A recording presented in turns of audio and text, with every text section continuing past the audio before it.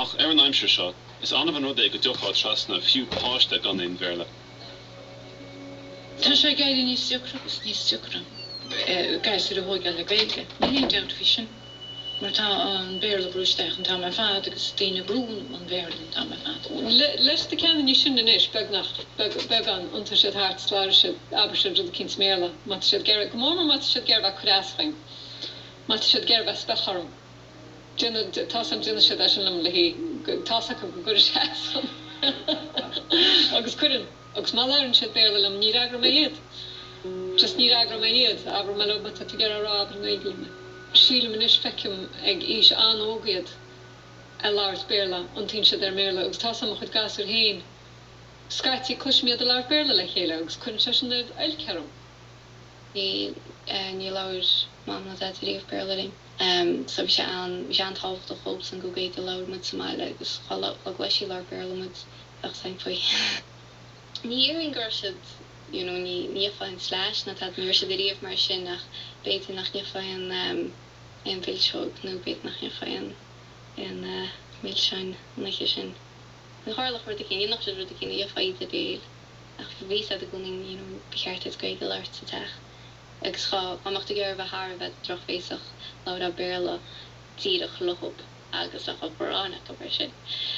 So sin ar bhíh mu dáin a fadal. Is cosú go gatha cluna Gaeltachta an cinna dhéana a bheith dagen agus siúráilte Ghaeilge leirt na gasúr ó hús anó na dachreachtaí a lug. Nid a thugrinn daoine páistí bheach. sé an pointe cinneach cén sang go láirinn siad lena blán leis a báiste. Sin in áit feicearmsa a bhfuil a pointe cinneach. Má thugrinn siad ag pointe sin béarla láirt leis báiste. Tá deire caiite dgan tú tá deire leis scéil. Bí me brennúir se nó smíine mé gomininic. Canti a rúchas chastar le chéile hit sin na mrá vín spellach le chéile. Is eitlam go méidir sin an tean gompógus fel a caint le chéile méle. No tá a gasú agus tá sé denmar telefísin an flot, a bhaní sé bli gasú béarla láirt. Ar fan chéad chopla blianaach ag catú chu finearh ó Ghaeilge. A tá sé anéis go tuairteach. Má láir de gasú leit méle. Anéis go just tuairte agus idir agart méle. Meken toen de gasser, maar tussen Snapchat al, nu maar tussen de Viber, nu een mar sin speerle lukt shit. Niemand shit Ghaeilge. Maar tussen dukker, ik kijk kunnen me heen teksten in Ghaeilge. Tussen wat niet dukker. Schreef in Ghaeilge was het en naam hoorschelte nata merle. Dr. Lesh goil seanachar olmhór na meán hóisiilte huioine óga ar an aimsir seo. Agus ní héon dóhinné going lech leis a tioncharachaí a lug, tá tácha nús ar saoil den óg an jog. Tá sé uafasach deachar úsad treid an ai sin.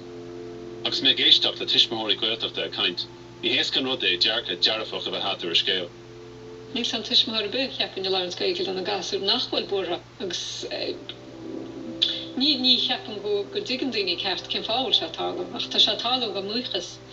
Tá se tála úsad cé go tiismóirí tá tiismóirí fósán atá láirt Ghaeilge lobagus tá duna íirecht úsad smacht a chuneal ar méid Ghaeilge agus an caiid an Ghaeilge a láirte lobagus chríd imachtaí chuir ar fáil ob lug Ghaeilge úsad nus an pel tá an cluban óige ach fós tá Ghaeilge ag na gasir san scailnaí a idir chula.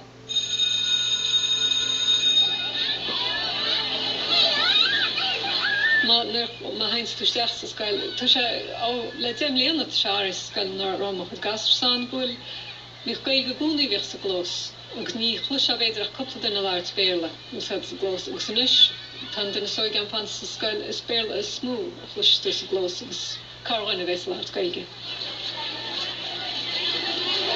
Scoil na Gaeltachta, áitina simúda. Áitina bhéitá aileach an bhfuil daoine óga a leirt Ghaeilge nó nachhfuil agus an bhfuil spéisiach a intí nó nachhfuil. Leabhar mé le micléine tá fós agus scoil, agus micléine dag an scoil le déanaí le níos mó aileach faoin scéal. Tá grúpián, tá láras Ghaeilge sa grúpián nach láirichaí ar ornáige dúirsa.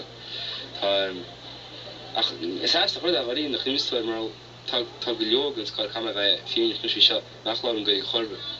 Dúirsa tá carhain maidir carhain a láras Ghaeilge Paride chud smugus gan ní láirseí, gus ní meas beú anyway go mar. Sinnar chuúta go meánscoil bara a dí began agus sinna nuair ag decadrám cinál gan tuair méla agus bhí cinál clics ar le dan chud gona drám níos díl gan te agus bhí drama le sinna bhí i gan tuair méla ach bra sé ar de háir a bhíad. Agus sinna bhí le rá go ginráta ag na miléin na leir mé lo. Go grúpi an agus leann siad Ghaeilge, agus grúpi an agus leann siad Béarla, ach céir fin rám sin a leann Béarla. Thugan macléin seo sampla gom ar an sort chórá a bheitán idir bhúntóir agus macléin atá gurí Béarla leirt. Bé mu leis an éic le agus méla ag si leis músa. Sinna chu dáse is sáiste chuie. Ó tuigann si go má láir an múta Ghaeilge agus lá si leis méla agus láir an múta leis an Ghaeilge agus chuin siile ar méla chusa. Sinna chu háin se go dtíir. Tá chuir múta justa tú maidir bheith fleag leis an Ghaeilge gus fágáil méla úsad. Mochad ranglaí tríle chuir múta musa deirse le bheith údháinú háid lá Ghaeilge ach kit shit na dun exact law sat is shit rá héna úsad could in school in lá se Ghaeilge bit could ní stop shit allars.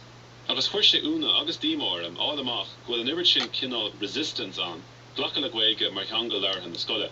Ché go dtigach sí chuilehort, ní bheith sé géirí í leirt. Snur is mestof chun mar me er tá common things tan kaitum iad Ghaeilge seanach. Haride bíon leon tíans ní ar mus chorbí, úsad spéile ar ans mu snar is meas frí me er úsad híle mat sian go glárach mu dí glár mu dí mat mu ná. Úsadach í há se minnig. Tasam nis moíon tu tasíánscail agus tháinig siháil le hána agus dúirt si. Ceifrá dúirt si a d gasúr nach as Connemara nó nachfuil Ghaeilge ó hóchasachab. Ceifrá dain siad ag scail na Ghaeilge?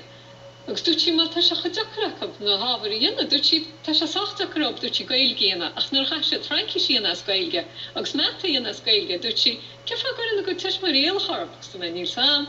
Well, dúirt si ní se fér áit arne má cha muidir sin fánach na a bhí os múntar na rudaí gan chudeachab. So tuigann si ag ábhlíonn déag go bhfuil níomhún tuiste gona gasar bhfuil Ghaeilge dúchas a chacab.